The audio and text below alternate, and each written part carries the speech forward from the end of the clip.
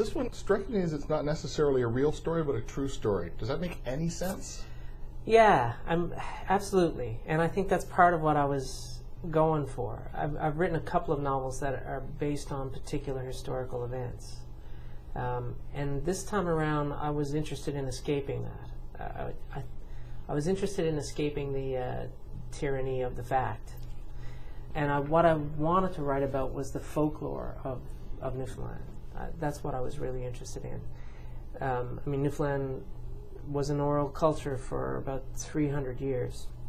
And the folklore of the place it's kind of like the cultural DNA of the place. And it's for me, it's what's true about the place. That's what I think. There's something in the folklore that when people say there's something different about Newfoundland, the folklore is the place where you find that. Like, that's the record of the something different about Newfoundland to a large extent. And in that sense, I think it's true. It's what's true about the place. And I mean, Newfoundland now is a very different place than Newfoundland 100 years ago or 200 years ago, but a lot of that stuff is carried through, you know, like there's a lot of that still around.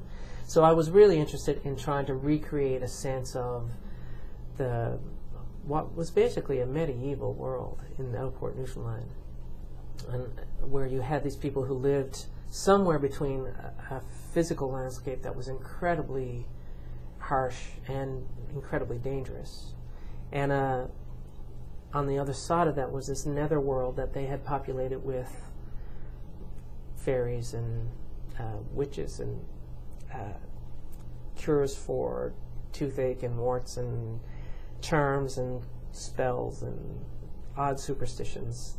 And to them, that world was just as real as the physical world that they were living in. And so in a lot of ways, Galore was my attempt to try and recreate, for some of the book anyway, to try and recreate the sense of that world and what it was like for those people living in it. It opens with a really strange incident. Tell me about Judah. My original intention when I was thinking about writing this book was not to make anything up. I wanted to find the root for everything that was going to end up in the novel in the folklore of the place. Now, I couldn't help myself, and eventually I did make a bunch of stuff up. But the book opens with a scene of a guy basically being cut from the belly of a whale, and he becomes one of the central characters of the book.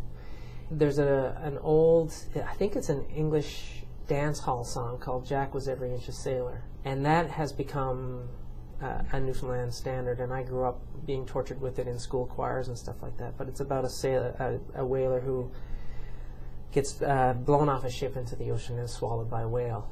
So when I first started thinking about this book and thinking about the kinds of things I wanted in there, I wanted the most outlandish, most outrageous stuff I could find, and I thought, well, got to have a guy swallowed by a whale. And it's also very biblical. And I think Outport, Newfoundland, part of the medieval nature of it was how biblical it was in some senses. So that to me seemed like a lock for a way to open the book. So you have a whale who is beached in the Outport, and in the process of butchering it, they happen on this, what they think is a corpse.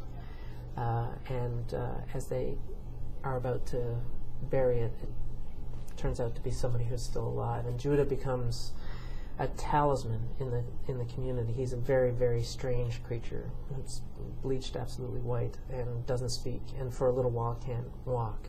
And smells really bad. And smells horrifically bad. For me, at the start, I was just trying to imagine what a guy who was being cut out of the belly of a whale would look and smell like. And then I had to write a story that basically finds a place for all of those things to make some sort of sense. The perception in the rest of Canada is that Newfoundland is entirely populated by characters, and you have done your best to perpetuate that myth. Or is it true?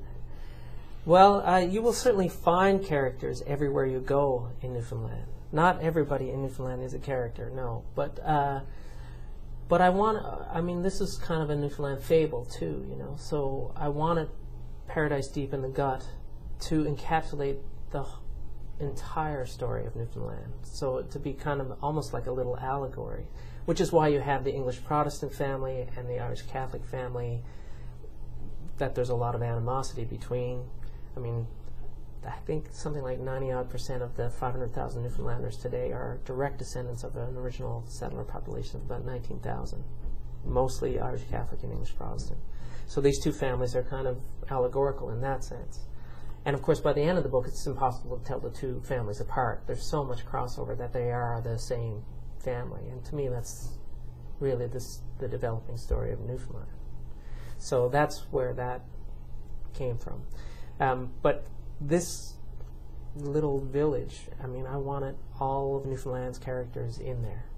So that's perpetuating that myth, I guess. I loved it. Great job. Thank you. So, I think you're going to have to put up with more awards and all that. I'm really sorry for you. Well, I'll see if I can stand it. But, you know, I said to Holly about 100 pages into this book when I was writing it, I said, it's either the best thing I've ever written or it's a complete piece of crap. And at the moment, I feel like it's the best thing I've ever written. I really do feel like I've pushed myself to a place where I'm a much better writer now than I was when I started writing the book. So I'm glad you liked it. The book is Galore. It's a novel. I've been speaking with the author, Michael Crummey, and Michael Crummey's Galore, published by Doubleday Canada.